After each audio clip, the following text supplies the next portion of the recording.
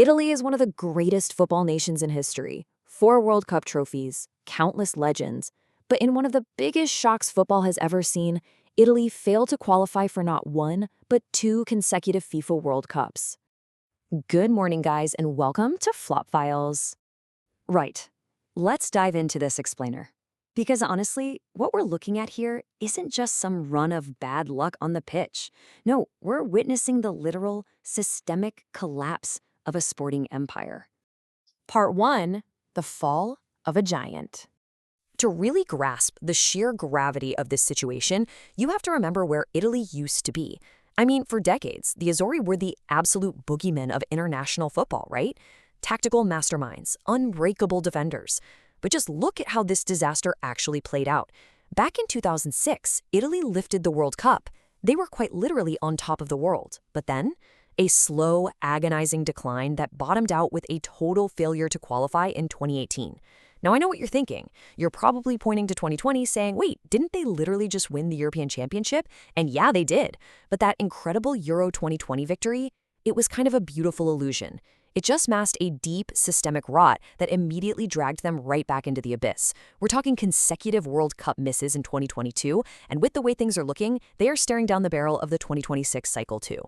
Even Gabriele Gravina, the president of the Italian Soccer Federation, flatly admitted it. He said, "We realize we're in a huge crisis, so the denial is completely over. But a huge question still lingers in the empty stadiums and quiet academies all across the country.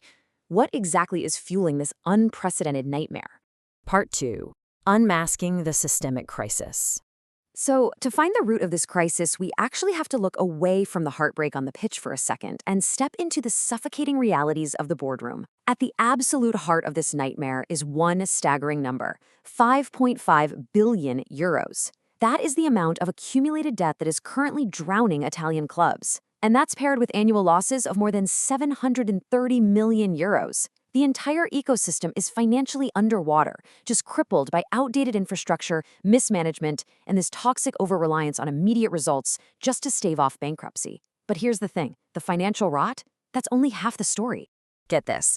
Out of all the minutes played in Italy's top divisions, only 1.9% went to eligible Italian under-21 players. Just let that sink in for a second. Less than 2%. In a nation of 60 million football-obsessed people, the domestic pipeline has essentially been shut off completely. Which begs a crucial, terrifying question. Why on earth aren't the kids playing?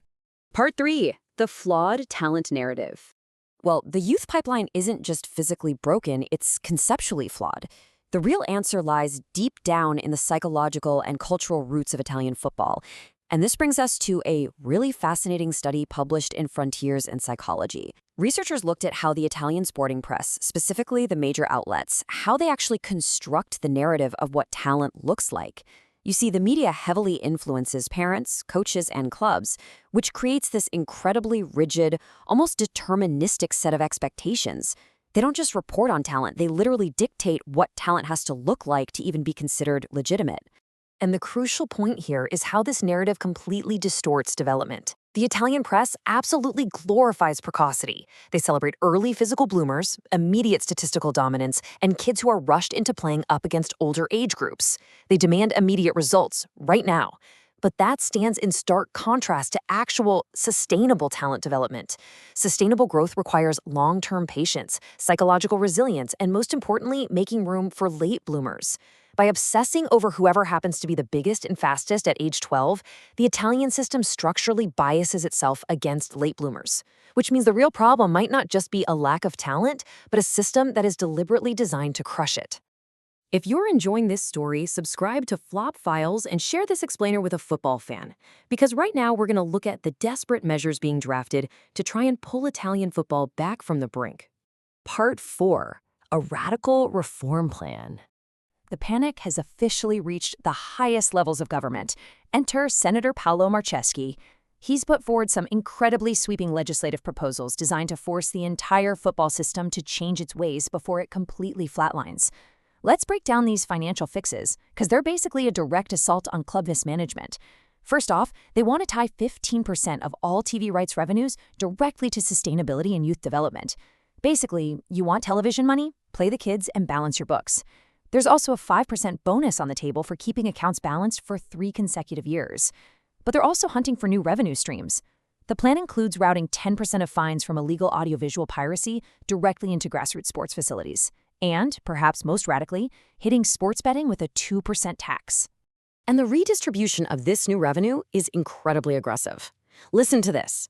With Italians betting roughly 11.2 billion euros on football every single year, a 2% tax generates an estimated 224 million euros annually. That is a massive war chest, and half of it is earmarked exclusively for youth academies, training programs, and public facilities. 30% goes to anti-gambling social programs, and the remaining 20% goes directly into women's and amateur football.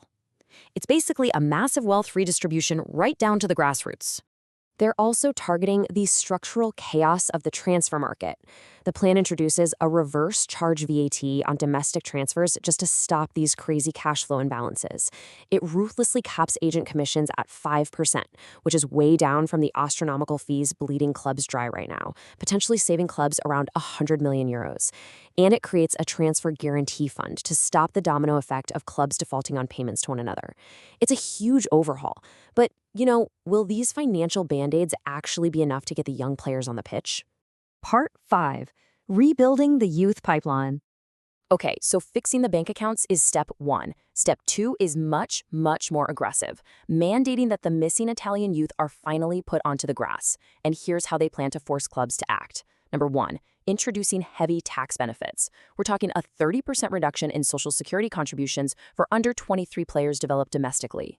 Number 2 is the hammer, a strict mandate requiring Serie A and Serie B clubs to have at least 10 youth players, aged 15 to 21, in their match squads. Break the rule, you face massive fines, or worse, complete exclusion from competitions. Finally, just to sweeten the deal, they're proposing excluding 50% of the costs of under 23 Italian players from financial fair play regulations.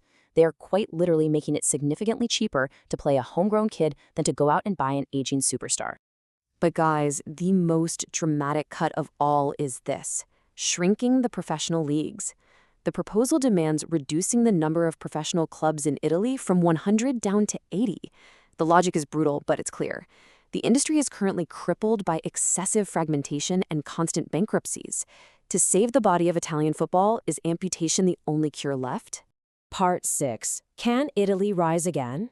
So, we've seen the glorious history, we've traced the financial rot, we've unpacked the completely flawed cultural obsession with physical precocity, and we've analyzed these desperate, radical legislative reforms trying to piece the whole thing back together. And this leaves us staring at a monumental question.